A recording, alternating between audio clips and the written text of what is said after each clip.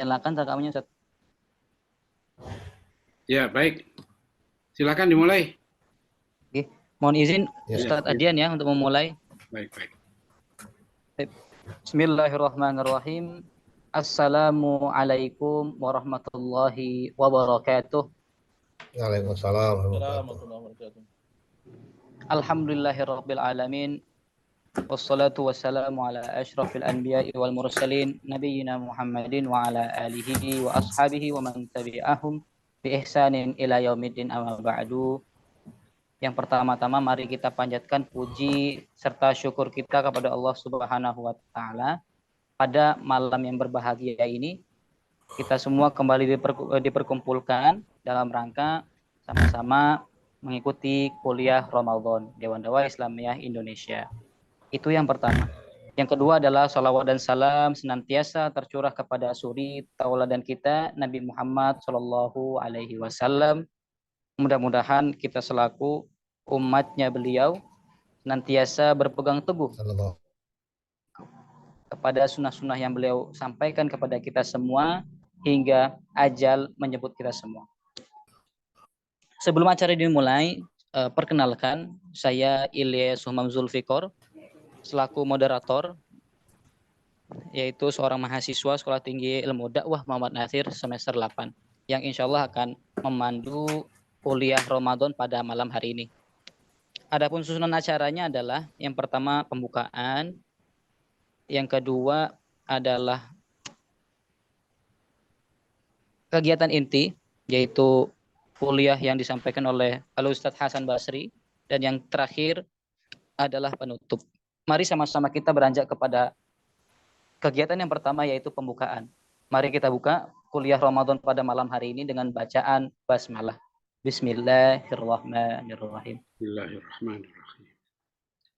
Beranjak kepada kegiatan yang kedua, yaitu kuliah Ramadan yang akan disampaikan oleh Al-Ustadz Hasan Basri SA MBA dengan tema belajar mencari hikmatut tasyri' serta maqasidus syariah dari ibadah shaum. Kepada Al-Ustadz Hasan Basri dipersilahkan dengan segala hormat.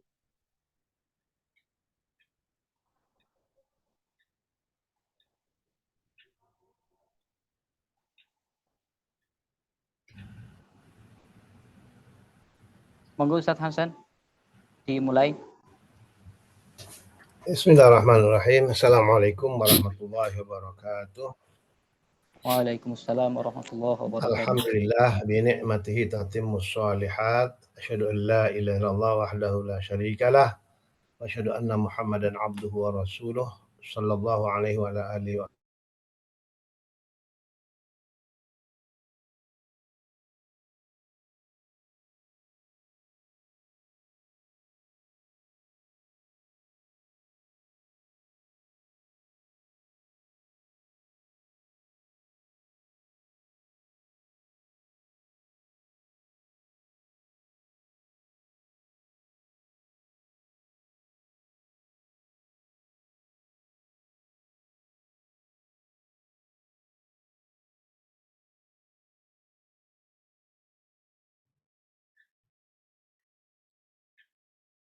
Hilang ya? Mungkin putus. Terputus, Ustaz. Terputus. Ya itu lagi nyambung lagi tuh.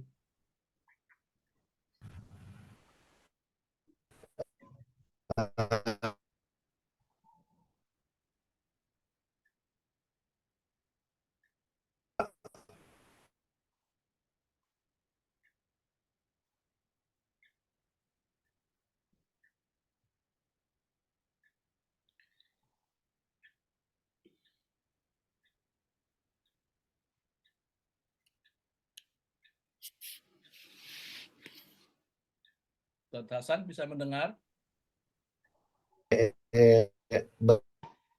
berangkat dari satu keyakinan yang pertama Ustaz Basri tadi putus ya? saya beri nama Maaf ilmu sebentar. dari yakin karena ilmu, saya beri nama dengan ainul yakin. Bisa tidak? Dua-duanya berangkat dari keyakinan. Ustaz Hasan Basri. Tadi saya terputus ya Ah, koneksinya. iya, iya. Enggak, saya yang terputus tadi sebentar. Begitu. Enggak tahu ada Nggak gangguan apa-apa, apa diulang ini. dari Nanti awal aja. balik lagi ya. Nah, diulang dari awal aja. Ya, ya. Baik. Innal hamdalillah nahmaduhu wa nasta'inuhu wa nastaghfiruh wa na'udzubillahi min syururi anfusina wa min sayyiati a'malina. May yahdihillahu fala mudilla lahu wa may yudlil fala hadiyalah. Asyhadu an la ilaha illallah wahdahu la syarikalah wa asyhadu anna Muhammadan abduhu wa rasuluh. Sallallahu alaihi wa alihi washabihi wa dzurriyyatihi wa man tabi'ahu bi ihsanin ila yaumiddin. Wa sallama tasliman katsira amma ba'du. Faya mustami'un rahimakumullah. Alhamdulillah kembali dengan kudrah iradah serta ma'unah Allah di malam yang ketiga ya, di malam yang ketiga bagi yang memulai hari Senin dan malam kedua bagi yang memulai hari Selasa. Nah, ini juga menjadi mukaddimah kita karena di Bali sendiri itu menjadi pertanyaan di grup-grup dan saya selalu menjadi orang yang ditanya karena ketepatan saya kan di komisi Ketua Majelis Ulama Komisi Fatwa. Nah, saya hanya menjawab dengan jawaban sederhana yang mungkin berbeda dengan yang sudah kita ikuti di media. Saya mengatakan bahwa mereka yang mengambil sikap wujudul hilal itu saya beri nama dengan ilmul yakin karena mereka yakin berdasarkan ilmu.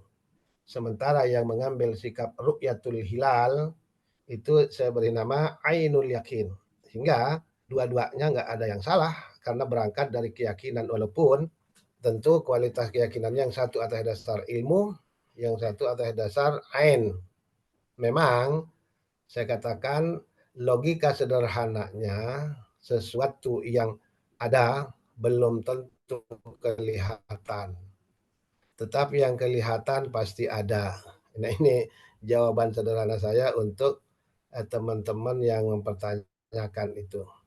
Lalu kemudian karena sudah mulai dan tidak ada lagi masalah, saling menghargai, saling menghormati, maka itu pada hari-hari berikutnya kita mulai mengisi kajian-kajian Ramadan, di mana pada malam ini saya mendapat giliran untuk di acara Dewan Dakwah ini. Nah, tema yang diminta kemarin saya berikan judul dan maqasidus syariah dari ibadah.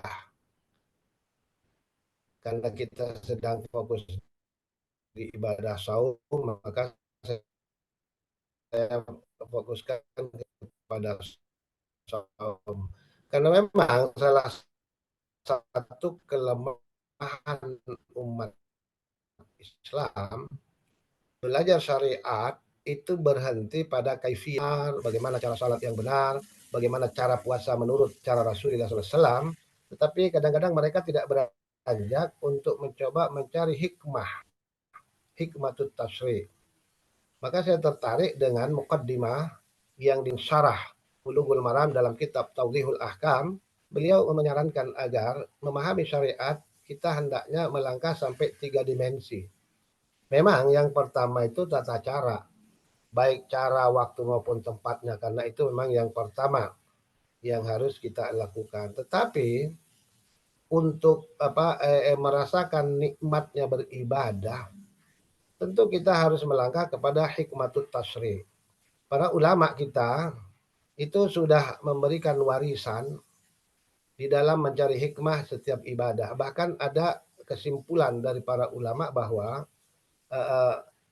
hikmatut tasyri' jika kita temukan itu akan membuat kita bersyariat itu tidak lagi menjadi beban, tetapi sudah menjadi kesenangan, bahkan menjadi sesuatu yang bahagian dari kehidupan kita. Artinya kalau kita tidak lakukan, maka hidup ini menjadi kurang.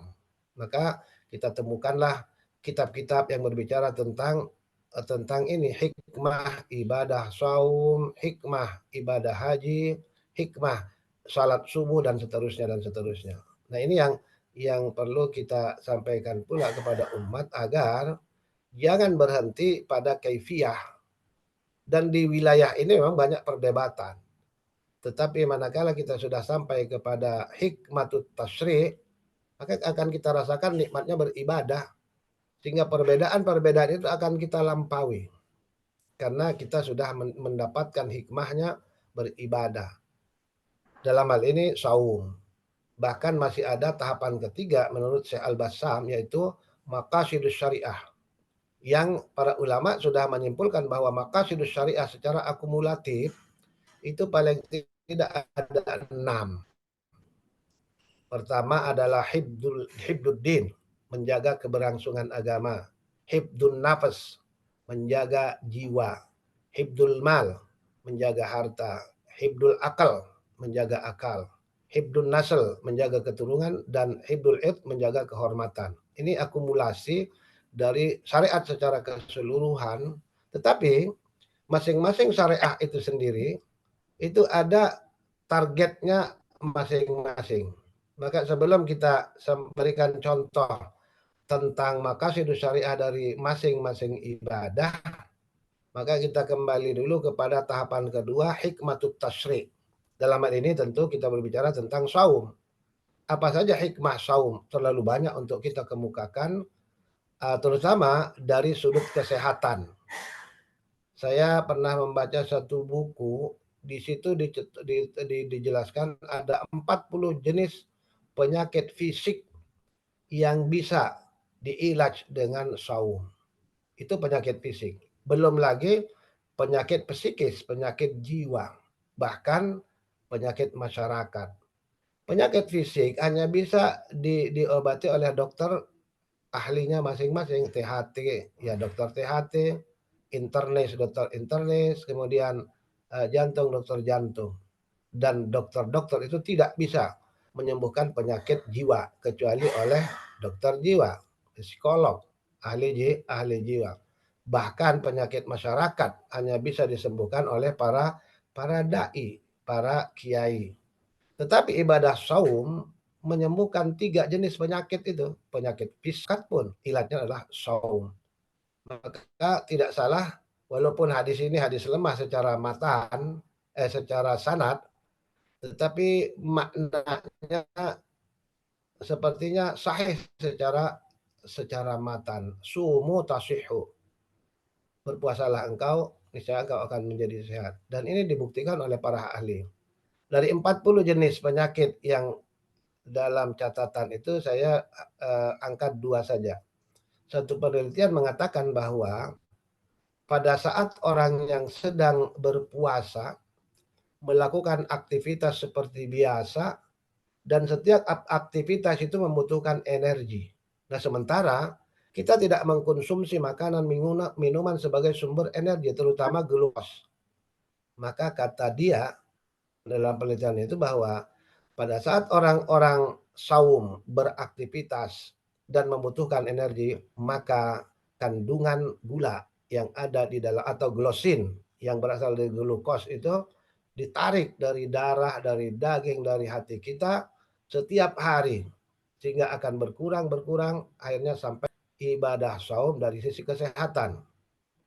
Kemudian seorang peneliti dari Jepang juga pernah mengemukakan bahwa pada saat seseorang sedang berpuasa, maka tidak ada asupan yang masuk ke dalam tubuhnya sementara dia beraktivitas, maka sel-sel hidup yang ada di dalam darahnya itu berkelana mencari sel-sel mati untuk dikonsumsi.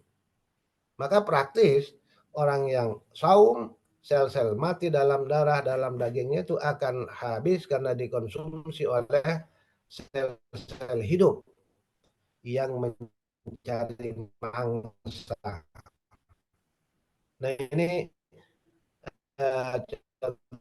contoh yang banyak dikemukakan dalam buku Hikmah Ibadah Saum dalam Kesehatan. Ada 40 jenis penyakit yang bisa disembuhkan dengan saum. Nah, ini yang saya maksudkan dengan hikmatut tasyri'. Jadi sekian dari setiap ibadah. Dan lebih lanjut lagi ada maqasidus syariah. Saya membaca setiap perintah syariat terdapat dalam bentuk perilaku, satu dalam bentuk keyakinan itu syahadatain, Maka mulai dari salat, zakat, saum dan haji, ternyata Allah sudah menetapkan target atau maqasidus syariah dalam bahasa kita, target yang harus dicapai dengan ibadah itu. Maka di dalam perintah, katakanlah dalam perintah salat, Allah sudah nyatakan targetnya. Aqimis shalah, innas sholata tanha 'anil fahsya'i wal munkar. Tegakkanlah salat. Karena salat itu bisa mencegah kalian dari perbuatan fahsya dan munkar. Artinya, salat yang benar, salat yang makbul akan menjadikan pelakunya dicegah oleh salat itu dari perbuatan fahsya dan munkar. Maka kalau ada orang yang salat tetapi tetap berbuat fahsya dan munkar, kalau istilahnya Allah yarham Jainuddin MZ itu STMJ, salat terus maksiat jalan. Ini indikasi bahwa salat itu masih gagal. Karena dalam ilmu manajemen, ketika kita mengevaluasi sebuah program, maka yang ditentukan atau yang diukur adalah target itu tercapai atau tidak. Ketika target tercapai, dalam bahasa fikih disebut maqasidus syariah tadi, ketika itu tercapai berarti sukses program itu. Dan kalau belum, berarti belum sukses. Nah, berapa banyak orang yang salat masih berbuat fahsya dan munkar, itu berarti salatnya belum beriman. Demikian pula zakat. Khudh min amwalihim shadaqatan tutahhiruhum wa tuzakkihim biha. Dalam ayat ini Allah menggunakan dua kata yang kalau di Indonesia kan sama maknanya. Taharah dan tazkiyah. Tutahhiruhum wa tuzakkihim biha. Tetapi penggunaannya beda. Tutahhiruhum artinya membersihkan sesuatu yang sifatnya konkret, wudu, mandi janabat, istinja, potong kuku, dan abstrak. Tazkiyatul qalb. Jadi orang yang mengeluarkan ibadah zakatnya di samping membersihkan hartanya, tutahhiruhum, juga tuzakkihim, juga membersihkan hatinya. Maka kalau ada orang yang sudah mengeluarkan kewajiban zakat tetapi hatinya masih diliputi oleh afatul qulub, itu berarti zakatnya belum berhasil karena maqasidus syariahnya belum dia capai, target belum dia lampaui. Demikian pula ibadah haji, man hajja fala rafasa wala fusuqa wala jidal. Dan kalau kita fokus kepada ibadah saum, maka ibadah saum itu paling banyak targetnya. Dalam Al-Quran tidak ada yang kedua, terdiri dari 5 ayat. Al-Baqarah 183, Al-Baqarah 184, 185, 186, 187. Dan tidak ada ayat lain.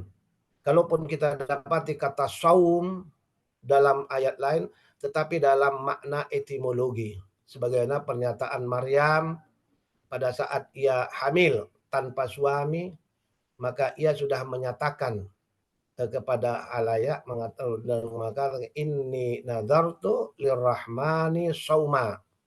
Aku bernazar kalau ada yang menanyakan tentang perihal kehamilanku, aku akan diam. Walam ukalliman nasa insia, aku tidak akan pernah berbicara. Jadi di sini konteksnya etimologi. Makna etimologi dari kata syam yaitu diam, tidak berbicara. Tetapi untuk makna istilahi hanya di surah Al-Baqarah tadi yang kalau didefinisikan oleh ulama-ulama fikih bahwa asyam itu huwa imsakun minat ta'ami wasyarabi wal jima'i fin nahari ma'an niyah min tulu'il fajr ila ghurubi syamsi. Jadi hanya satu itu ayat yang bicara tentang ibadah saum. Ada 5 ayat. Nah, coba perhatikan masing-masing dari ujung ayat itu. Ayat pertama, a'udzubillahi minasy rajim. Ya alladzina amanu kutiba alaikumus syiyam kama kutiba alal ladzina min qablikum la'allakum tattaqun.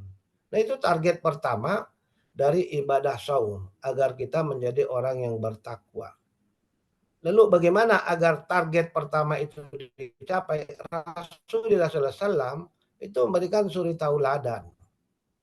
Selama bulan Ramadan, Nabi menampakkan karakteristik orang muttaqin. Kalau kita ke 31 itu berbicara tentang bagaimana kita berpacu untuk berebut surga. Wasari'u ila magfiratin min rabbikum wa jannah 'arduhas samawati wal ardu 'iddat lil muttaqin. Pada ayat 132-nya dirinci karakteristik, sebahagian karakteristik orang muttaqin itu alladzina yunfiquna fis sarra'i wad dharra'i wal kadhiminal ghaidha wal 'afina 'anil nas wallahu yuhibbul muhsinin. Walladzina idza fa'alu fahishatan aw dzalamu anfusahum dzakarullah fastaghfiru li dzunubihim wa may yaghfiru dzunuba illallah wa lam yusirru 'ala ma fa'alu wa hum ya'lamun. Jadi karakteristik ini selalu Nabi lakukan atau laksanakan ketika bulan Ramadan. Alladzina yunfikuna fis sarai wad dharra. Kata Aisyah, kana Rasulullah idza dakhala Ramadan a'ta kulla sa'ilin. Ketika masuk bulan Ramadan, Nabi sering memberikan peminta-minta. Jadi memberi kepada peminta-minta sebagai salah satu karakteristik orang muttaqin yang disebutkan di ayat tadi. Al-infaq fis sarai wad dharra'i. Karena target saum itu adalah takwa, maka perilaku orang-orang muttaqin itu ditunjukkan oleh Nabi untuk dilakukan selama Ramadan, yaitu al-infaq fis sarai wad dharra'i. Suka berinfak, baik longgar maupun sempit. Wal kadhiminal ghaidha. Mampu memanage emosi, menahan amarah. Dalam satu hadis Nabi memperingatkan, idza syatama ahadukum au qatala alaikum wa huwa shaim, jika kalian dijahili bahkan dicaci oleh orang dalam keadaan saum, faqul lahu inni shaimun. Inni shaimun. Ini adalah contoh yang luar biasa yang Nabi sampaikan kepada kita dalam keadaan saum. Jangan ladeni orang yang menjahilimu, bahkan barangkali orang mengajakmu berkelahi, katakan kepadanya inni shaimun, inni shaimun. Karena karakteristik kedua disebutkan dalam 132 Al-Imran itu wal kadhiminal ghaidha. Agar target saum takwa itu tercapai, maka kita melatih diri untuk menahan hawa nafsu. Kalau bahasanya orang Betawi, di luar Ramadan itu ikan bawal sambal terasi, lo jual gue beli. Tetapi di bulan Ramadan kata Nabi, jangan katakan kalimat itu, katakan inni shaimun. Inni shaimun. Aku sedang saum, aku sedang saum. Kemudian yang ketiga, wal afina 'anin nas. Sebagai karakteristik orang muttaqin itu pun ditunjukkan oleh Nabi dalam hadis lain. Aisyah juga mengatakan bahwa kana Rasulullah idza adkhala Ramadan atlaqa kulla asirin. Rasulullah jika masuk bulan Ramadan maka tawanan-tawanan perang itu dilepaskan sebagai bentuk al-afina, sebagai bentuk pemaafan Nabi terhadap orang-orang yang pernah bersalah kepada dirinya. Nah, ini yang kita maksudkan dengan maqasidus syariah. Yang pertama dari ibadah saum adalah takwa. La'allakum tattaqun. Kemudian ayat kedua, syahrul Ramadan alladzi unzila fil Qur'an hudan linnasi wa bayyinatin minal huda wal furqan. Faman syahida minkum syahra falyasum wa man kana maridan ala safarin fa iddatun min ayyamin ukhar. Yuridullahu bikum al-yusra wa la yuridu bikum wa litukmilu iddah wa litukabbirullaha ala ma hadakum. Akhir ayat dari syahrul Ramadan itu adalah in kuntum ta'lamun. Agar kalian menjadi orang yang selalu taklim, orang yang selalu belajar. Ini pun didukung oleh hadis bahwa Jibril setiap Ramadan turun ke dunia menemui Rasulullah SAW untuk yatadarasunal Quran. Sering makna tadarrus ini kita maknai membaca. Membaca itu qara'a yaqra'u qira'ah, talayat lalu tilawah. Tetapi tadarrus itu karena tadarrasa ya tadarrus itu akar katanya dari ad-darsu, darsun, darasa. Darsun artinya belajar. Tadarrus artinya mengajari, taklim. Makanya pengajar itu bahasa Arab disebut mudarris. Tempat belajar itu orang yang mengajar disebut mudarris. Tempat kita belajar disebut madrasah atau madrasatun. Karena darasa itu arti belajar. Nah, Jibril setiap Ramadan turun ke dunia belajar bersama Nabi atau mengajar Nabi. Bagaimana memahami makna setiap kalimat, setiap kata dalam Al-Quran. Artinya, saum dalam ayat kedua tadi targetnya adalah in kuntum ta'lamun. Karena di dalam hadis-hadis juga Nabi memperingatkan berangkat dari firman Allah, la taqfu ma laysa laka bi ilm Inna sam'a wal basara wal fu'ada ulaika kana anu mas'ula, diurai oleh Nabi dalam hadis Bukhari. Imam Bukhari membuat bab khusus al-ilmu qabla kulli syai'. Al-ilmu qabla al-amal, al-ilmu qabla al-qaul. Artinya umat Islam dididik agar setiap, dan itu ternyata target ibadah saum, in kuntum ta'lamun. Yang ketiga, pada ayat ketiga, jadi firman Allah pada akhir ayat ketiga itu, uhilla lakum lailatas syiyam arrafasu ila nisaikum hudal linnasi wa bayyinatin minal huda wal furqan faman syahida minkum asy-syahra falyasum wa man kana maridan ala safarin fa'idatun min ayyamin ukhar wa 'alal ladzina yutiquna fidyatun ta'amun miskin faman tatawwa'a khairan fa huwa khairul lah wa antasumu khairul lakum la'allakum tashkurun. Jadi yang ketiga itu puasa itu targetnya agar kita menjadi orang pandai bersyukur. Bagaimana kita tidak pandai bersyukur? Di siang hari kita tidak makan makanan halal, tidak minum makanan halal, tidak mendekati istri yang halal. Tapi karena kita diperintahkan untuk menahan itu imsakun minat ta'am wasyarab wal jima' tadi, maka kita berlapar-lapar, berdahaga-dahaga karena beribadah.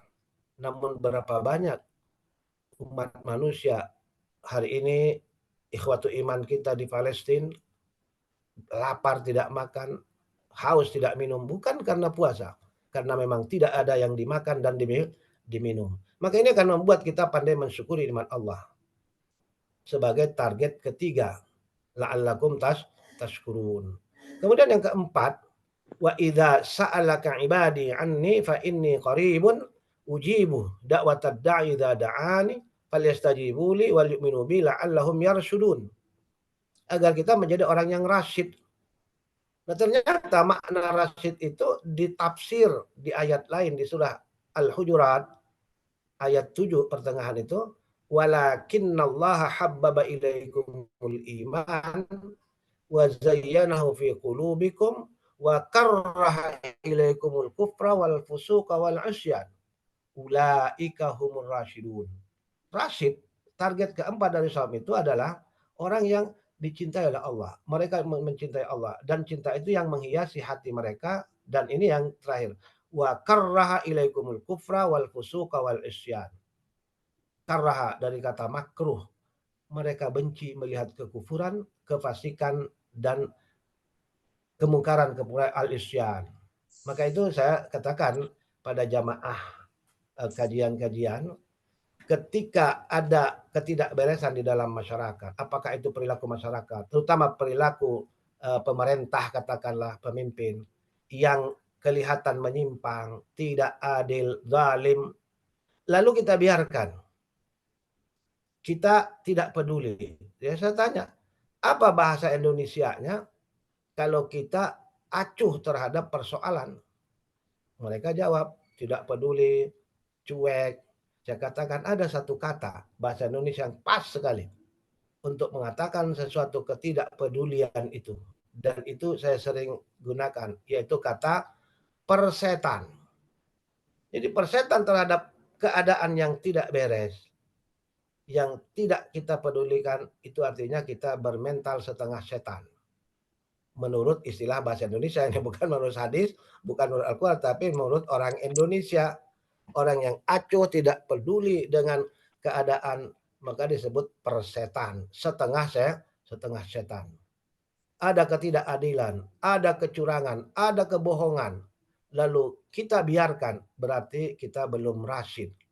Karena kata rasyid itu ditafsir oleh Al-Hujurat ayat 7 tadi, wa karraha ilaikumul kufra wal fusuqa wal isyan ulaika humur rasyidun. Maka mudah-mudahan setelah kita menjalani ibadah saum sebulan suntuk selama Ramadan, dan di bulan Syawal kita raih target salah satunya adalah rasyid, maka kita akan marah melihat ketidakadilan, melihat kezaliman, melihat kebohongan, dan sebagainya. Karena itulah karakteristik orang yang rasyid. Ulaika humur rasyidun, yaitu orang yang karraha ilaikumul kufra wal fusuqa wal isyan. Jadi tidak peduli dengan ketidakberesan itu berarti persetan, setengah setan. Nah ini ungkapan saya bahwa ini bahasa Indonesia, bukan dari Al-Quran, bukan dari hadis, tetapi dari bahasa Indonesia. Orang yang cuek, tidak peduli dengan keadaan disebut persetan, dan itu tidak menunjukkan dia sebagai orang yang rasyid, karena orang yang sakit rasyid itu peduli. Karaha ilaikumul kufra wal fusuqa wal isyan ulaika humur rasyidun. Dan itu ternyata menjadi target keempat dari ibadah saum. Jadi 4 target ini luar biasa nih. La'allakum tattaqun, agar kita menjadi orang bertakwa. Kalau takwa kita urai panjang ini. Kemudian in kuntum ta'lamun, agar kita menjadi orang selalu belajar dan belajar. Bahkan kita punya ungkapan utlubil ilma minal mahdi ilal lahdi, tuntutlah ilmu sejak dari buayan sampai liang lahat. Talabul ilm faridatun ala kulli muslimin, dan seterusnya.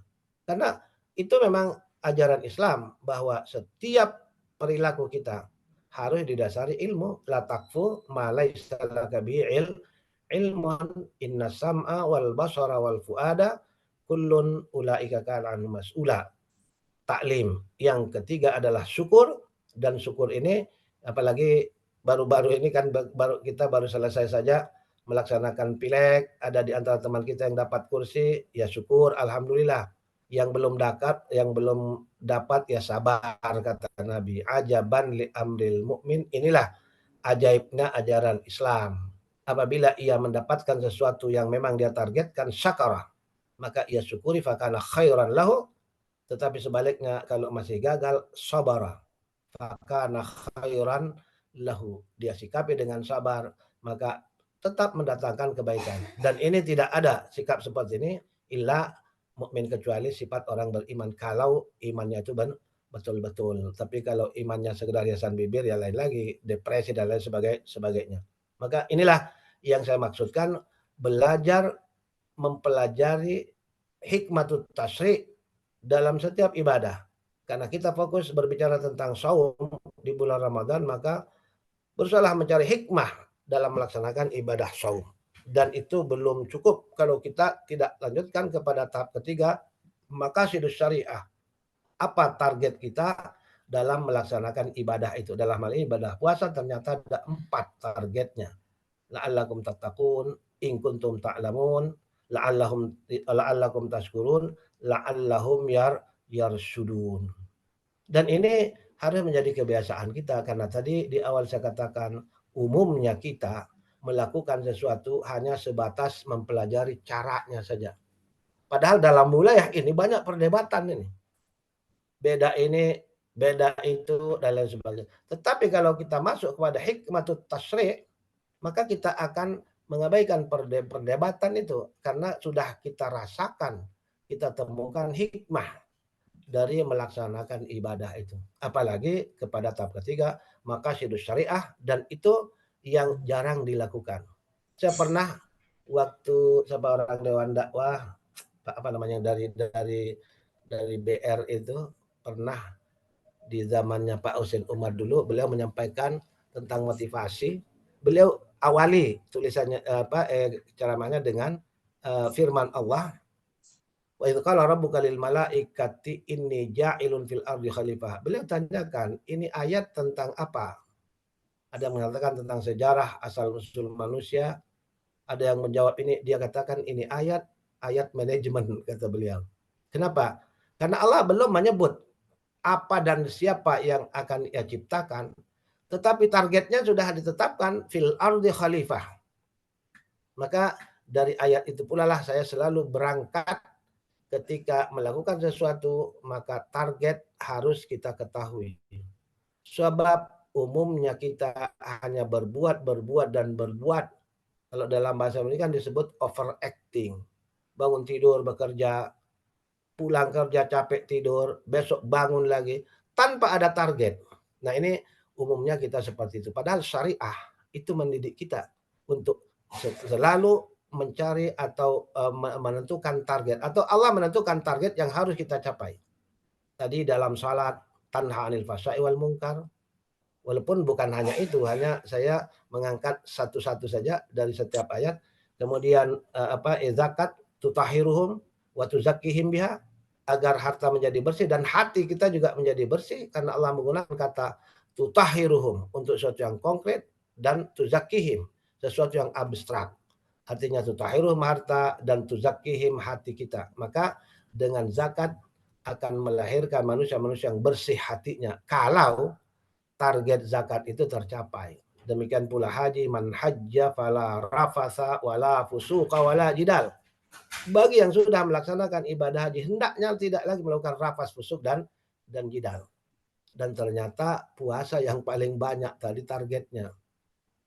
La'allakum tattaqun, in kuntum ta'lamun, la'allakum tashkurun, dan la'allahum yarsudun. Nah, ini sebagai pelajaran bagi kita agar setiap melakukan sesuatu jangan berhenti pada cara. Umumnya dalam syariah kita biasanya berhenti di cara, perdebatannya panjang.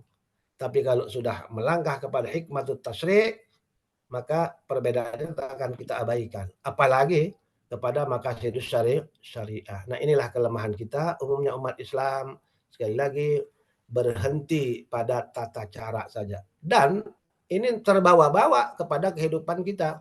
Berbuat, overacting. Tidak tahu apa target yang harus dicapai dengan perbuatan itu. Nah, ini umumnya seperti itu. Makanya kita tidak beranjak dari posisi awal, minal awal ilal akhir, itu tetap pada posisi katakanlah merantau ke Bali dengan nyewa kos-kosan sampai sekian puluh tahun, tetap saja kos-kosan. Seharusnya kan targetnya 2 tahun. Saya tidak kos lagi, harus ngontrak.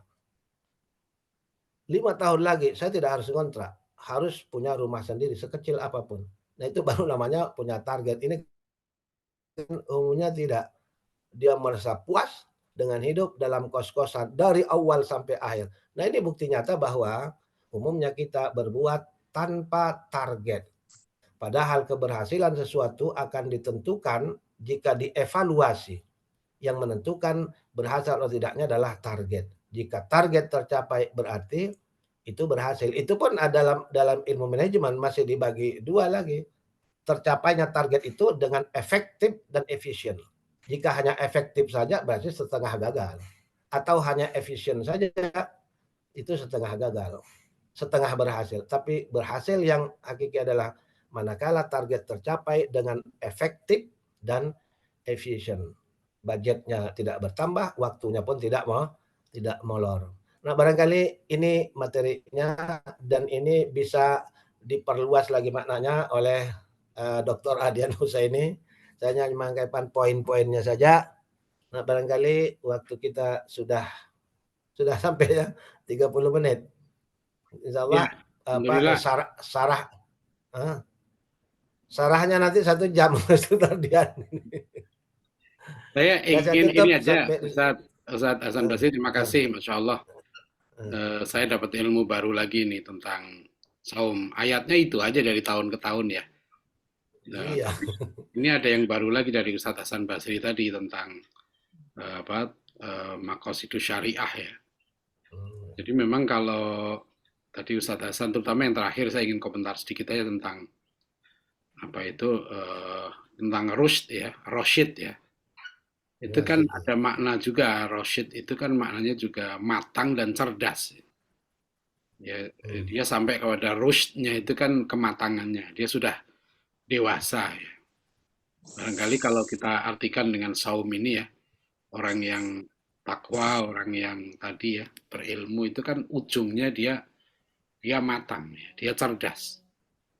Kalau istilah Raja Ali Haji itu gini, tanda orang berakal tuh. Di antara tanda orang berakal, di dalam dunia ia mengambil bekal.